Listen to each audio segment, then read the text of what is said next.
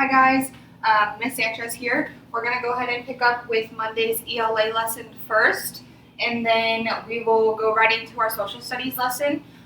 First off, I want to thank everybody for working so hard during this time. I know it's really difficult not being in the classroom, and I miss being at work in the classroom every single day. So this is kind of a way for me to get back into that routine for you guys and kind of incorporate these lesson strategies even though we're at home right now. So for today's agenda, we are going to read Roman's Augustan Age, starting on page 12, and we're going to finish off with Augustus Caesar, the First Roman Empire, on page 20. So we are going to be starting, we're still in Unit 7, we're just on the next section of it. So thank you all for submitting all of your work and doing your assignments. I greatly appreciate it. I know, again, it's really difficult time right now. I miss seeing all of you every single day. I wish we were back in the classroom, but unfortunately at this time it's safer for us to stay home. So please make sure you're staying safe, washing your hands, staying home, keeping up with all of your work, watching these video lessons. So let's go ahead and get started with our essential, we don't have an essential question today, so we can kind of do some background thinking. So Rome's Augustan Age. So last week we talked about, we're still in the Achievements of Ancient Cultures booklet from Benchmark. So last week we looked at ancient Greece and ancient Egypt. This week we're turning to another powerhouse empire that lasted for thousands and thousands of years. We're looking at ancient Rome. Rome led to some amazing discoveries and achievements that we take and still use to this day. So it's kind of cool to see how we can see the achievements that we learned in Greece, we learned in Egypt, now we're learning in Rome. All of these achievements have played parts in today's world that we are in right now, right? So all of these achievements and victories and discoveries that we've learned over this past last week and this week all play a part in our everyday society where we are today. So let's go ahead and get started. Again, like last week, I'm going to read the story out loud and talk about the details of it, and then make sure to point out key events and stuff in the story. If you don't have these booklets yet, they are available in the office for you to pick up, but if you do not, listen to this video. The best part about a video is you can go back and replay it, right? So I'm going to be reading every line of these stories right now. So it's kind of the perfect way for us to, if you don't have these booklets, to be able to still participate in the assignments, learn the material and stuff by watching this video. Okay, let's go ahead and get started. We're going to pick up on page 12, paragraph 1, Rome's Augustan Age by Tracy Telling. In 31 BCE, a long period of Roman civil wars had finally ended. The Emperor Augustus was now the undisputed leader of Rome. His rule and reformation of Roman institutions helped launch the most creative period of the Roman Empire, often called the Golden Age. So let's pause right here.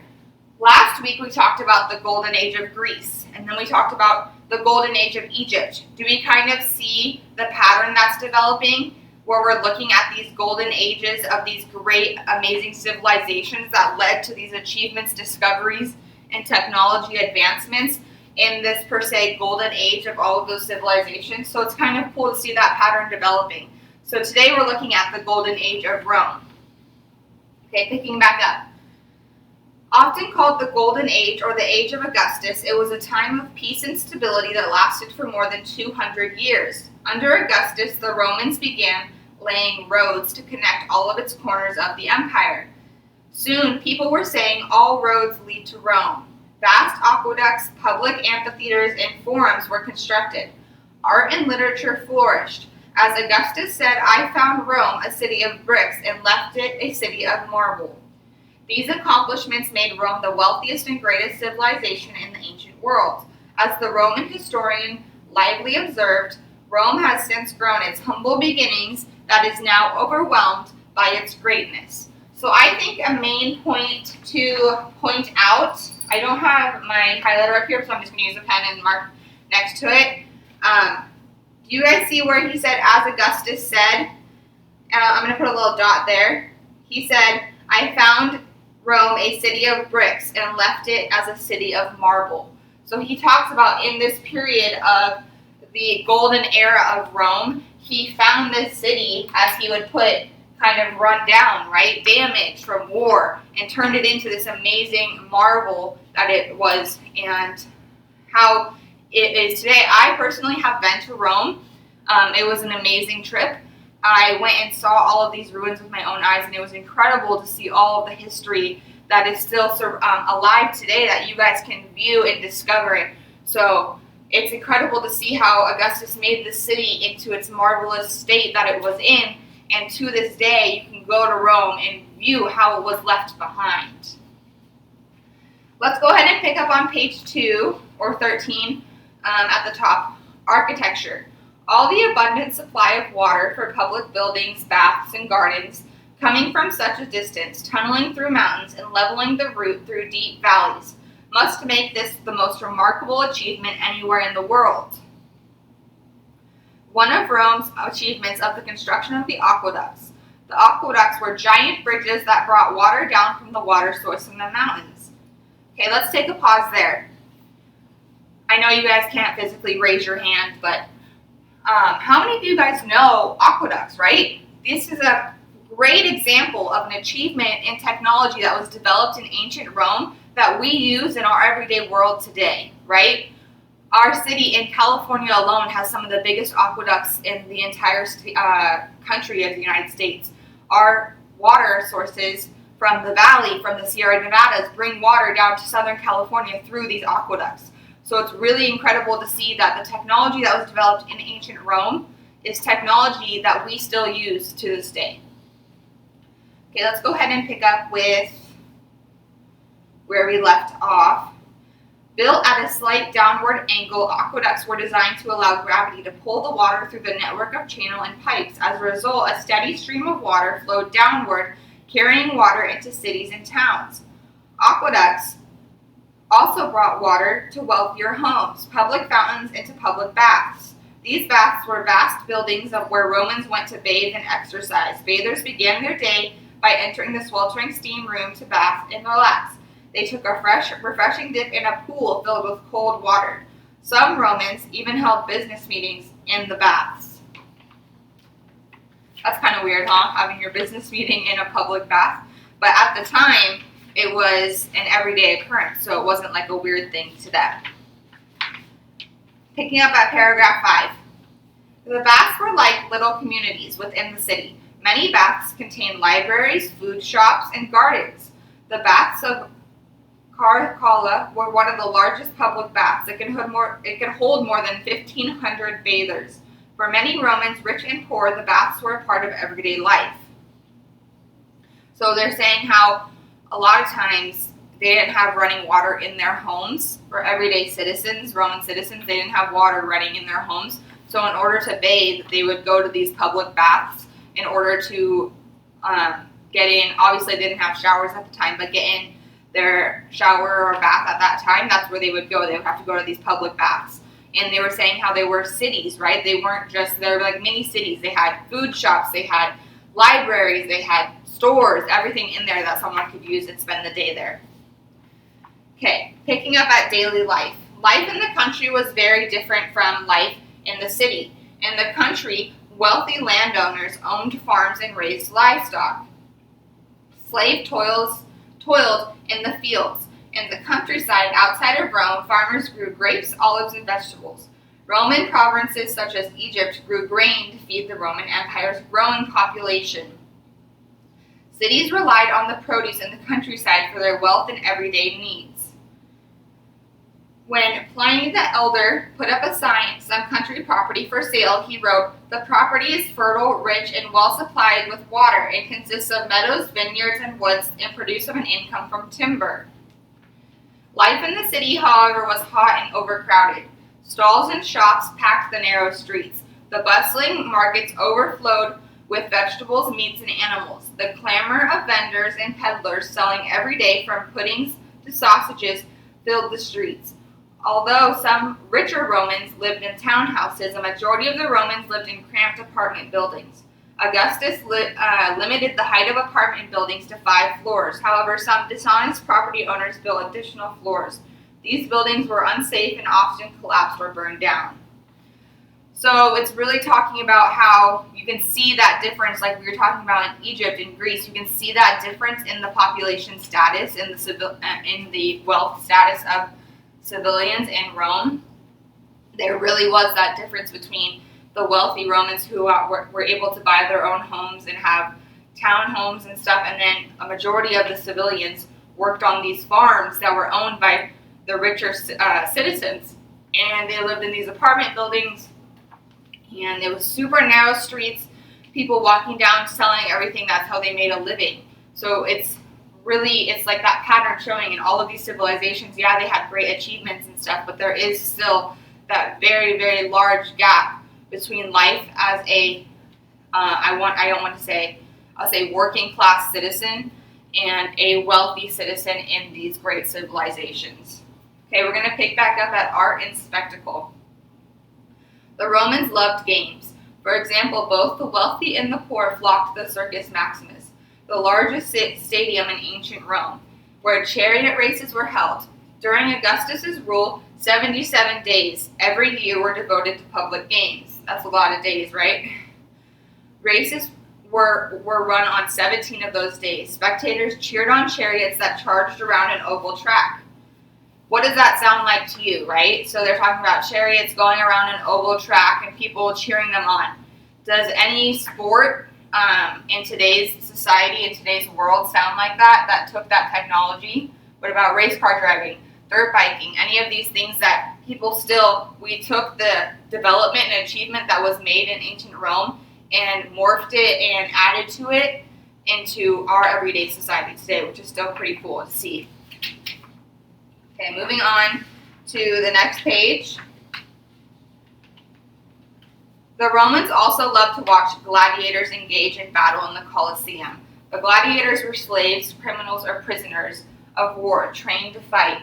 Armed as warriors, they fought each other as well as wild animals such as lions. Gladiators who fought well and won were treated like celebrities. Wounded gladiators could beg for mercy from the crowd. However, it was up to the emperor or official to decide the gladiator's fate. So looking at it this way, this is kind of continuing on to that, the entertainment or sporting that was around during the Roman Empire. Like I said, when I traveled to Rome, I want to say probably 3 years ago, I went and saw the Colosseum, and it's an incredible thing to see and view and discover. However, it does have such a tragic past, and it's it's a tragic past for them to see that people fought to the death in these battles. And you could see that when you tour the Colosseum. They take you down in the tunnels where the prisoners were held, and you can see and sit on the seats where the Romans sat and watched these events. Looking back at this Colosseum, it still stands. Obviously, you can still tour it through. Obviously, this was a very brutal version of, I would probably say, like MMA fighting, boxing, or anything like that, which is around in today's world. But in that period, it was almost like, yeah, they were prisoners of war, slaves, and stuff, but it was also an honor to be a gladiator, and it was an honor to win these fights. So sometimes boys would even voluntarily go into training so that they can receive that honor. So at the time, it was still an entertainment source that all of these people went and saw. And obviously, yes, it was tragic in the way that people had to die and stuff. But at the time, it was very different viewpoints than it is today. Looking at theater, picking up on paragraph 10. Another form of entertainment during the golden age was Roman theater. Roman theater was influenced and inspired by the Greek theater. Roman actors wore giant distorted masks that could easily be seen by audience members sitting on the back of the theater. At first, the Romans performed comedies and serious tragedies. But over time, mimes and farces became more popular. Their farces included musicians, dancers, and a chorus. Farces were particularly noisy, with a lot of booing and hissing from the audience. Since the theaters could hold up to 10,000 people, audience became quite loud. So at the top, it kind of has like that part of the Greek theater, and this stadium layout is still used in today's world. If you go to concerts and plays and stuff, you can kind of see that part where this is like the orchestra, the theater, and then this is the stage. You can kind of see that it's still used in today's societies. So picking up at the quote underneath the photo of the Greek theater, the first time I tried to present this play, I was competing for an audience with some well-known boxers and a tightrope walker as well. Then someone spread the word that gladiators were about to perform, and my audience surged away in a mob, almost climbing over each other for the best spots. So again, this kind of reaffirms that at the time in ancient Rome, the gladiators fighting in the Colosseum was one of the top forms of entertainment, and people would leave plays, entertainment, and any other forms to go view these fights, right? Picking up on paragraph 11. The actors performed on a giant stage that rose 2 to 3 stories high. Plautus, a Roman playwright, wrote many comedies. His works have influenced other playwrights throughout history. Shakespeare's play, A Comedy of Errors, a humorous play about 2 lost sets of twins, was inspired by 2 of Plautus's plays. Molière, a French playwright, wrote The Messier, a farce based on Plautus's comedy The Pot of Gold. The modern musical A Funny Thing Happened on the Way to the Forum was also based on a play by Plautus.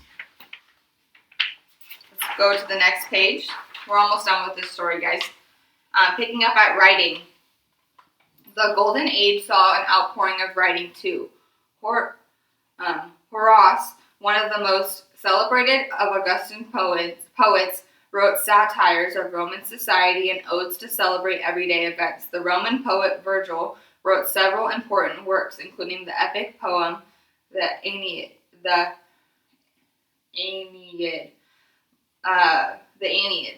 Virgil's poem draws on 2 epics composed by Greek writer Homer, the Iliad and the Odyssey. So that's the Greek poems, the Iliad and the Odyssey, are obviously very famous to this day and still studied in education.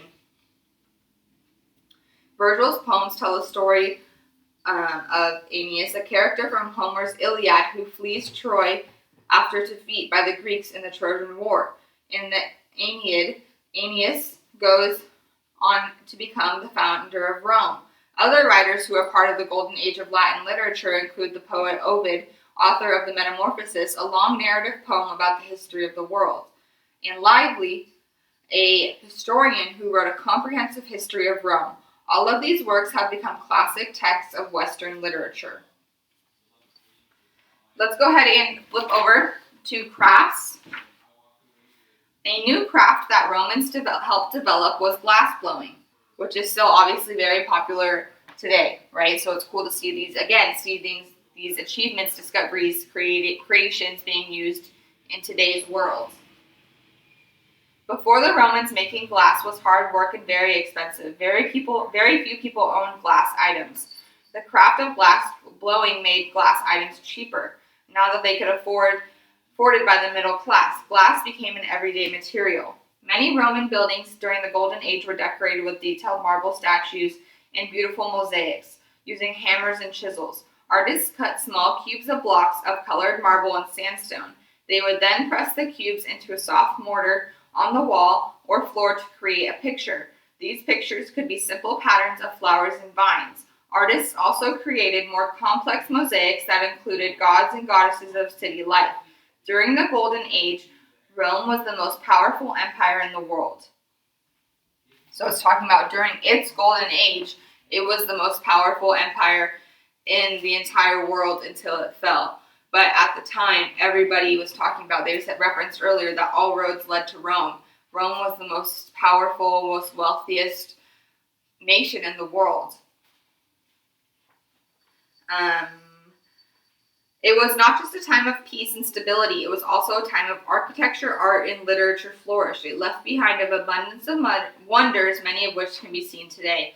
example of those abundance of wonders, right? The marble statues, the Colosseum, the cities, the ruins, all of which you can still see in Rome today. Okay, so that one picks up on the Romans Augustan age. The next story we're going to read, it's only a one-page story, pretty short, only 6 paragraphs. It ties into this one. So this one we talk about Rome's, we underline this Augustan age, right? Augustan age, I'm going to put a little arrow. The Augustan age, also known as the Golden Age, right? And it's named after Augustus Caesar, right? Because he was the ruler of Rome during this Golden Age or Augustan age. So the next story we're going to read, the Augustus Caesar story, the first Roman Empire. So we're going to go ahead and pick up on paragraph 1. The man who would become Augustus, the first Roman emperor, was born in 63 BCE and called Octavian. His father was a senator and died when Octavian was a boy. His mother was the niece of Julius Caesar, who later adopted the great-nephew as his son. One might speculate that the family connection paved the way for Octavian to become Augustus. As a young man, Augustus became involved in Roman politics. He respected his uncle Julius Caesar and joined him in battle. Caesar eventually became the dictator of Rome. But his rule ended abruptly when he was assassinated in 44 BCE. A lengthy period of civil war followed, and Octavian fought to avenge Caesar's death. Meanwhile, his own power increased, and in 27 BCE, he became the emperor of Rome, receiving the title Augustus, which means revered. As emperor, Augustus created a period of peace, reconstruction, and prosperity, right? Again, highlighting Golden Age, right? He didn't want his uncle, Julius Caesar, really focused on being a dictator, whereas Augustus Caesar focused on peace, prosperity, reconstruction, rebuilding. Why it's also known as the Golden Age. As empire, Augustus created a period of peace, reconstruction, and prosperity. He began a public works program that constructed many buildings, including the Civic Center in Rome, with temples and a Senate house. Spectacular structures such as the Theater of Apollo, enjoyed by Roman audiences, were also erected. His engineers built aqueducts to bring fresh water to the cities. He initiated the first police and firefighting forces. Augustus promoted literature and the arts in supporting many famous literary figures, such as Horace, Ovid, and Virgil. Statues of Augustus were everywhere. His face was on the Roman coins, and the month of August was named in his honor. Emperor Augustus died in 14 CE. After transformed the Roman Empire, many historians believed he was one of the most brilliant, gifted leaders. So let's kind of put together a timeline right here. I'll put it on the bottom. So we have right here 63 BCE. And we're going to put Octavian born. Then we're going to go down until about 27 BCE, so about 40 years or so later, 27 BCE. Octavian becomes leader.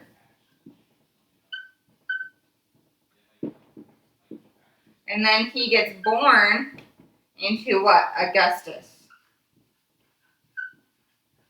And then he stays as leader for about another, I want to say almost 40 years, right? And then it's 14 CE, right? Because this is the BCE era was counting down to 0. So if I go here, say 0 BCE. Then it gets picked back up at 1 to 14 CE when Augustus dies. Augustus dies. So we can kind of see his timeline of how he began to rule throughout this world. And as it's saying, he left such an important impact on in our world today, right? August, the month of the year, which we still use to this day, was named after Augustus Caesar. So it's kind of cool to see how much of an impact he had on our everyday life. Okay, so we're going to go ahead and wrap things up for ELA there.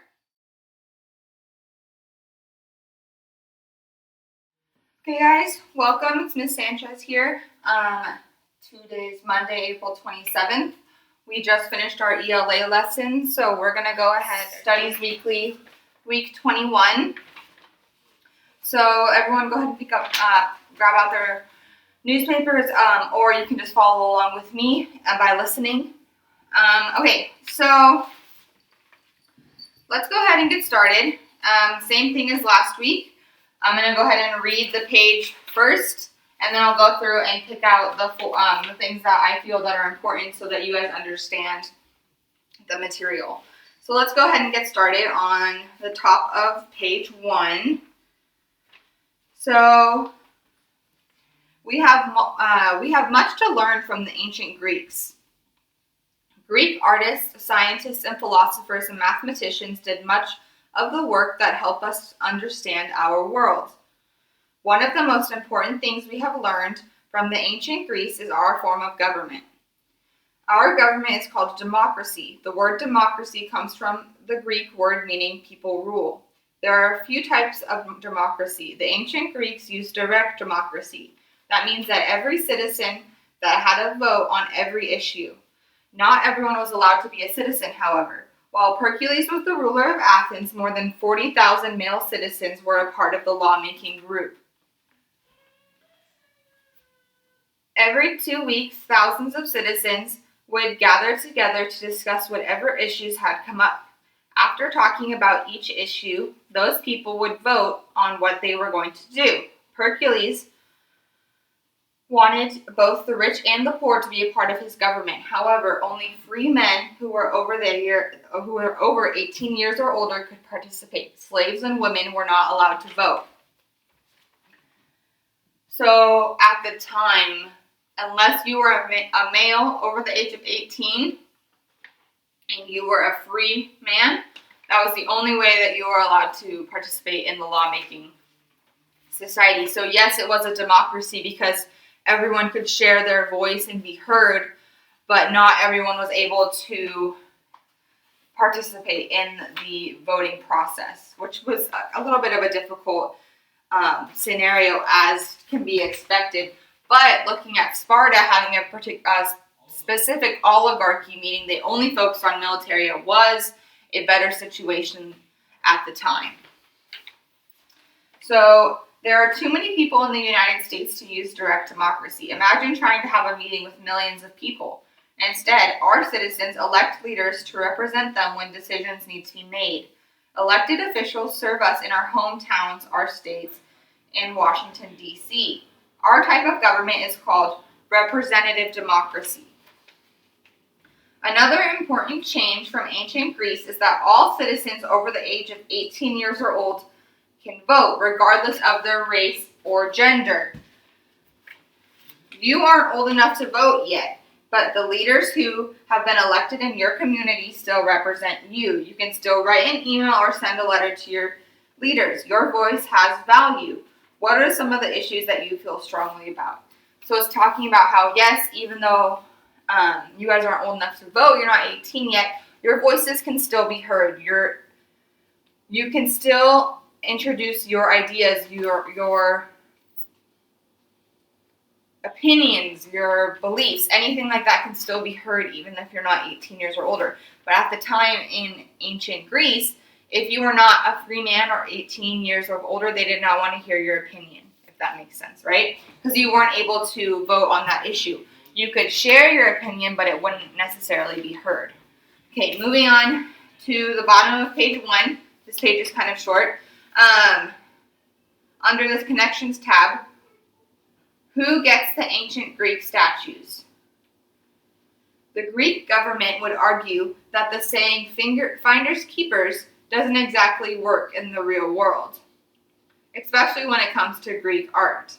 Recently, officials in the government have requested that some of the ancient marble statues, called the Elgin marbles, be returned to Greece where they originally came from. The statues are currently in England. Although the debate has been going on for a while, the new request was sparked by the completion of the museum in the city of Athens, Greece. The government would like to house the sculptures with other related sculptures there. During the early 1800s, British ambassador Thomas Bruce, who was the Earl of Elgin, received permission from the ruling authorities at the time to remove the statues and transport them to England. They have been in our museum for over 200 years. Since that time, there has been a lot of argument over who owns the marbles and whether it was right to take them from their original home.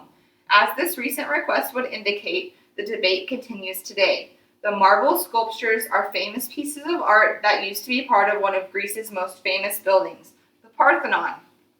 The Parthenon is a huge temple built more than 2,400 years ago that still stands today in Athens. It was built to honor Athena, the Greek goddess of war and wisdom. The marbles were located on the section of the temple called the pediment. So this section is talking about how these statues were put together so long ago, right? They were built and created thousands and thousands of years ago, 2,400 years ago, to be exact, when the Parthenon was built. Yet, who really owns them, right? Is it the Greek government? Is it the United Nations? Who owns these statues? And that's what they're talking about. The statues currently are in a museum in England. However, the Greek officials are putting in opinions and voices and emails to have them transported back. So what do you guys think? I know you guys can't really answer, but where do you think they belong? Parthenon, because the Parthenon's still standing. It holds an enormous amount of history. To have these marble statues there, we could really get an insight of how it looked back in the time of the ancient Greece, right? Okay, so let's go through the words that we have for this week, and I'm going to go ahead and write down definitions that I think could help you better understand the materials that we're learning. So let's go ahead and start with democracy. So democracy is a form of government. So we can write form of government. Okay, and then we can also say comes from Athens, right? I'll say birthplace, Athens. Okay. It comes from the Greek word, so I can say comes from Greek word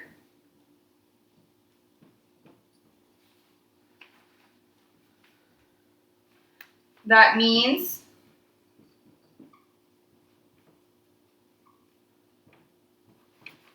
people rule. So we can say people rule.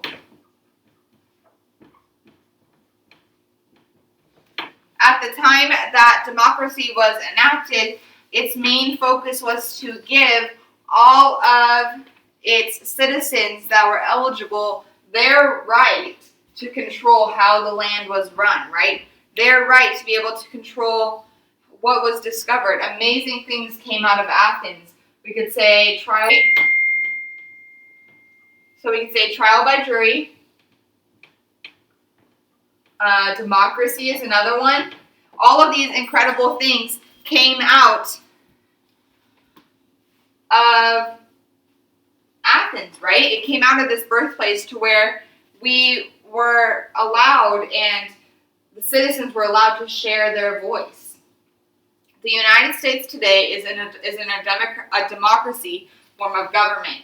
However, we weren't able to use the form of democracy that the ancient Greeks used. Their form of democracy that was used in ancient Greece was direct democracy. So we can say used in ancient Greece. So this was the form of democracy that was used in ancient Greece. And it talks about how they were able to put together a branch almost, I can put branch in parentheses, or a group of people, citizens, who would almost be like a town hall meeting. So I'm going to put that in parentheses, town hall meeting. It's kind of like how they had, all of them met together, and all of them sat above, and people that were citizens would come together, and they would get in line and all walk up to the stage where they were all sitting and introduce their problems and their ideas. And the branch or group of citizens that were a part of this lawmaking system would hear them and be able to work out the systems and laws from there. They said they had 40,000 males sitting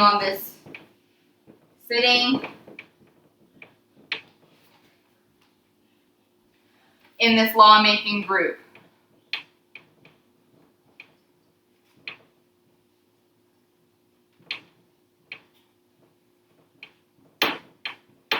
$40,000 males. That's a lot of voices, right? That's a lot of voices to be able to create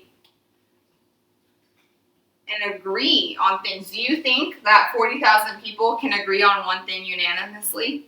It's kind of interesting and incredible how they were able to get all of these voices to agree and create all of these rules that made Athens such a powerhouse city-state in Greece, right? So moving on to representative democracy, this is what the form of democracy that the U.S. has. So I'm going to say form of democracy in the United States. The United States has far too many people. It has millions and millions of people, right? There's millions of people living in California alone. There's far too many people to be able to do a direct democracy. Because at this point, right, anyone could vote. Anyone over the age of 18, regardless of your gender or your age, or your gender or your race or anything, you can all vote, right, if you're over the age of 18. That's millions and millions of people. There's no way that we would ever be able to have a direct democracy. It's just too many people, right? So they came to the conclusion, what if we have specific representatives from each state? So each state has representatives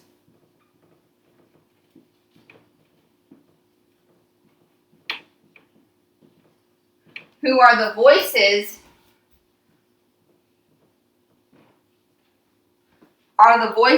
of that particular state. So I'm going to say the voices of that particular state. And I'm going to put an example right here. Senator, governor, these elected. And I'm going to put an arrow right here saying elected positions, right? So these are elected positions, meaning what? Elected positions meaning that the people of that state vote this person into office to be the voice for these people, to be the voice for this particular state, right? So these positions are people who have been elected into office. Okay, so our system of government wouldn't be here today if it wasn't for Athens being the birthplace of democracy. So it's really cool to see how these ancient civilizations created such powerful achievements and advancements that we still use in today's society. So last one for today, and then we'll go ahead and wrap things up. Elgin marbles. So these are the ancient marble statues. I'm going to go ahead and write this underneath this because of the side point we added. Ancient marble statues located in the Parthenon. And last week we talked about how there's actually two Parthenons. Obviously the original in Athens, but there is a very, very good replica in Nashville, Tennessee. So if you can't make it to Athens, which is still one of the places that I want to go eventually, I've seen it in Nashville and it's pretty close. So it's really cool to see how that ability. But they're saying these original statues that were created to honor the Greek gods and goddesses that were located and put in display in the Parthenon are called Elgin marbles. And these are one of the most achievements, the highest achievements in the art statues that were around in ancient Greece, because they didn't have hammers or anything like that, or not per se hammers, but like anything that our artists today for sculpting with marble had. They had a chisel and a pick and a little hammer that they would use to hand carve these statues, which is an incredible discovery and achievement that they made. And these statues are still here today for you to view. So it's really cool to see that kind of standpoint. So we're going to go ahead and wrap our lesson up for today. And then we'll go ahead and pick back up with our ELA and social studies materials tomorrow. So I'll see you guys in tomorrow's video.